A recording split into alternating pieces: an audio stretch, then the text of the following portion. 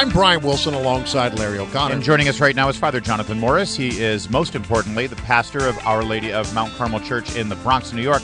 But he is also, incidentally, a very reasonable and intelligent analyst for Fox News Channel. And we're proud to have you as always, Father. Thanks for being here. Hey, thank you both for having me.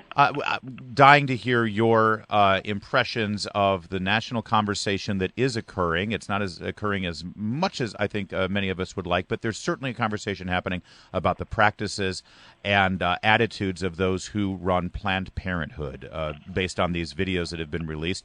What do you think is happening here in the country over this?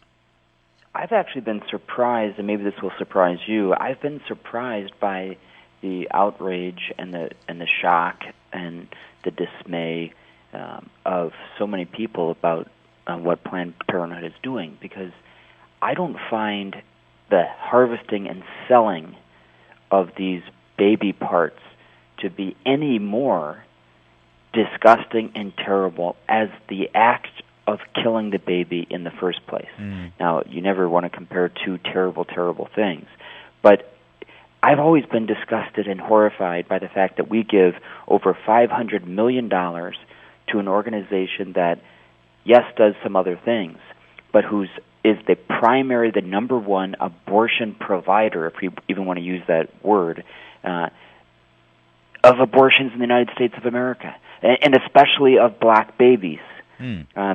And so, yes, it's horrifying to see these videos. It's horrifying to see these officials of Planned Parenthood drink wine and even laugh about as they're bartering over the prices of these different parts of the baby that they are aborting. But does that make sense? I find the first part to be just as bad. It does. I think that the reason that this may be getting more attention is it's a peek inside not only the cavalier attitude of the people who are performing these heinous acts, but it takes the debate a little bit. It removes it from the abortion debate, which is much different. I could be wrong, but that's how I see it. No, it is different, but there's no such thing as sold baby parts if there's not a killed baby. Yeah. You make a good point, but I'm wondering, because I sort of am of the opinion, Father Jonathan, that this is a moment in time when people's opinions about this are changed. I mean, I'll just speak for me. You know, I have my opinions about this, and I think you and I would probably agree on most of the things that we feel about abortion. But I've never been one of those people who felt like I needed to pound the table all the time, as some do. Right. But this so deeply offends me. And I think many people around the country are going through that same sort of thought process right now, saying, oh, gosh, when you really stop and think about it for just a moment, what they're doing there is so wrong and so horrendous and so abhorrent. And I think many people are going through that right now, maybe not to the degree that you and I would like to see that conversation take place, but don't you think it's sort of a game changer in that respect? I hope so. You know, I think I've heard so many people come and tell me, you know, how did we get here? How did we get to this point? And I think that all of us in our own lives have an experience, and when we do something that goes against our conscience, the first time it's hard, the second time it's less hard, and the third time it's really not very hard at all. And as a society, as a culture, we have done so many things against I don't mean just some sort of religious conscience, but the human conscience, against human reason, that we get to the point in which we can have people being paid, their salaries being paid for by our government, our taxes, sipping wine and having cavalier conversations about the selling of baby parts. And I think that, I hope it's a time, as you mentioned, that we wake up and say, okay, if we've gotten to this far, what are we going to do now to do something to go back to not to go backwards, but to go back to the values that we say that we still have. Go ahead. But I was going to say also, isn't a part of this, Father Jonathan, isn't it true that we've been lied to? The American people have been lied to by the politicians and by people like Planned Parenthood, because we have been told that these are unviable clumps of cells. These aren't babies. Yeah. These are just zygotes. These are just, they speak in such diminishing and terms and with no value to these unborn babies. How can an unviable clump of cells have a organ that can be donated? See, I think this is, I think, exactly. Exactly. The other day somebody came to me. This is right before all of this started coming out. A woman in my parish. I'm in a parish in the South Bronx, the poorest congressional district in the United States, and a lot of wonderful, wonderful people, but who are suffering a great deal in great part because they're right on the border of desperation in terms of economic status. And a woman came to me, about 27 years old. She's crying. She says, "I found out I'm pregnant. The father of the baby does not want me to keep the baby. We're not married, and I don't know what to do.